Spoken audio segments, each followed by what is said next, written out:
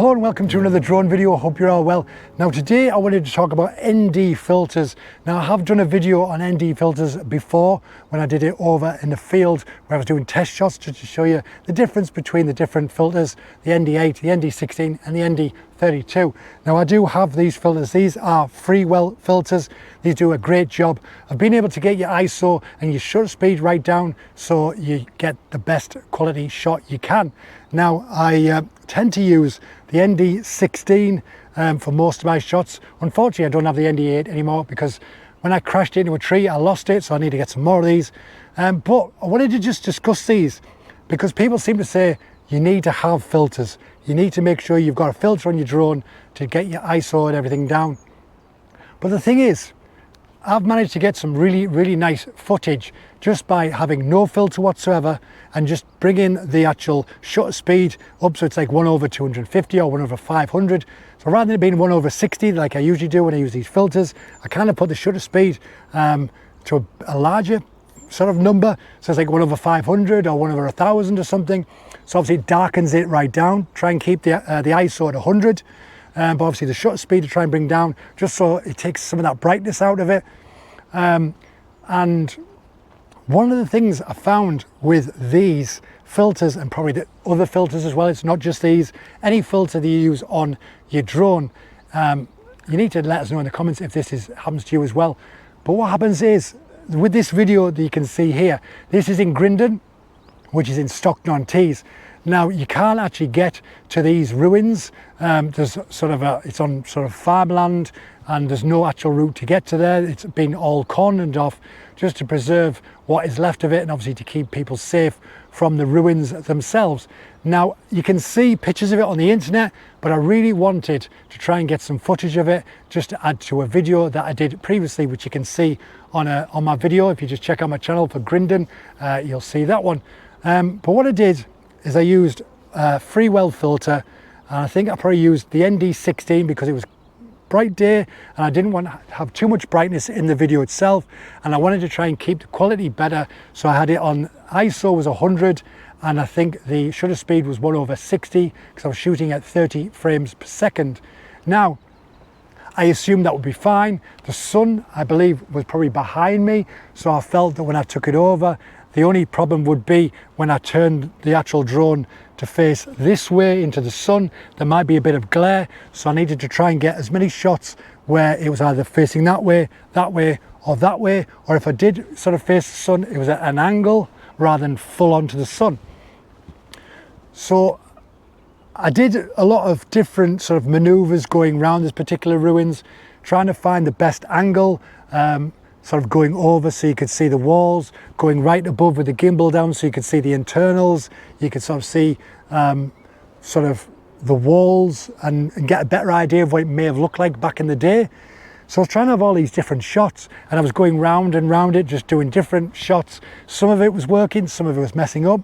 But one thing I did notice when it comes to these ND filters is when you're trying to do a certain shot and there's wind, and it shakes the Neo, it tends to add imperfections and blurs it.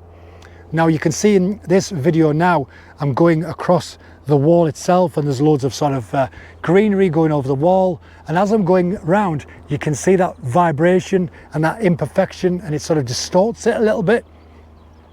And I was wondering why it was doing that. I was thinking, why is it, everything else seems to be fine. And I wasn't too sure if it was the light coming in that was doing it. I wasn't too sure if it was because of the breeze kept blowing it and it was sort of trying to stabilize, and because of the actual ND filter on the front, it was changing that particular angle of the filter, and that was creating it. So I did a little bit of research, and a few people have mentioned that it's down to these filters, not obviously Freewell, but any filter you put on your drone. If there's any sort of vibration or anything, it can add distortion, imperfections, whatever you want to call it, into the footage. So now when I'm doing my footage, I tend to look at where I'm doing it, trying to think of the angle that I'm going. Does it need a filter? If it's really bright, then I might use a filter to try and bring the ISO and the shutter speed right down. If I'm going near the sun, say if the sun's over there and I'm taking it this way, there might be some glare, so I need to put these on to try and take away some of that glare. So sometimes these do work out. Obviously the previous videos you've seen over Barnard Castle, the River Tees, and where else was it, the Richmond Castle and the likes. You can see how that's worked out nicely. There's no imperfections. It just seems to have worked out for the best. Probably the lighting was just in the right place it needed to be. But I think with that particular one, and there's a few others that I've done where I've had to take out a lot of the footage and do transitions and just show the best of the footage. Yeah, I think it's down to these. And let us know in the comments if you've had that similar issue where you've stuck a filter on the front of it, you've done a nice little fluid shot somewhere, and maybe the light's changed or the wind has interfered somehow and you've got those imperfections. Am I right in thinking that it's the vibrations of the drone itself or the change of direction, that obviously with these filters it's altering that, and that's having an issue with trying to focus? So let us know in the comments if I'm right on the right path with that.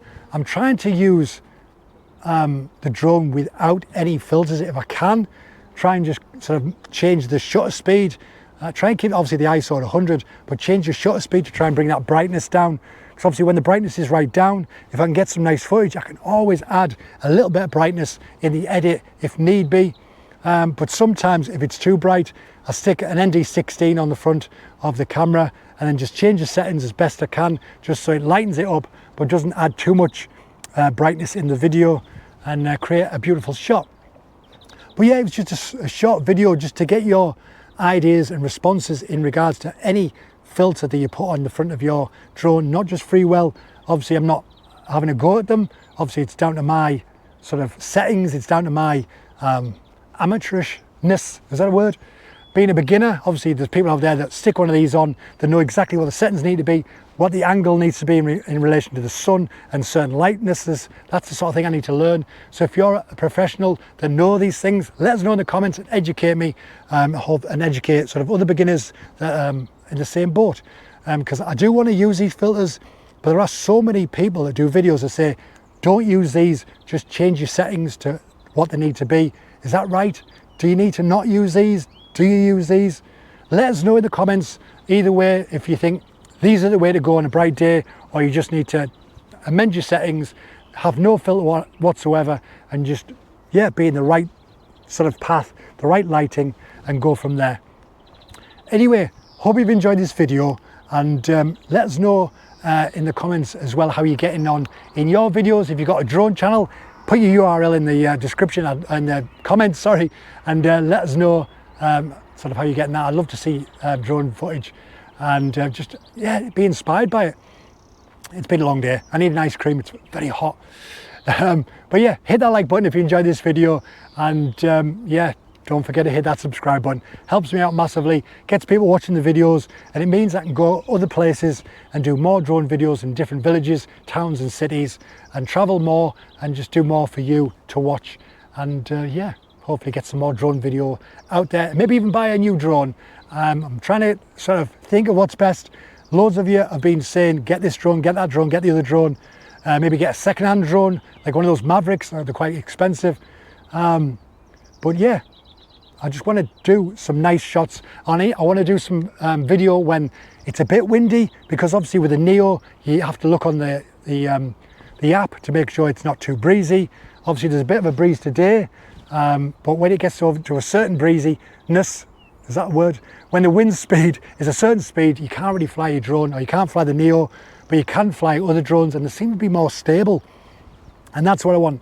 I want stability, and I want a bit better quality, I want better frame rate, and just sort of have that peace of mind that it's not going to fly off and it's not going to end up shaking around and whatnot.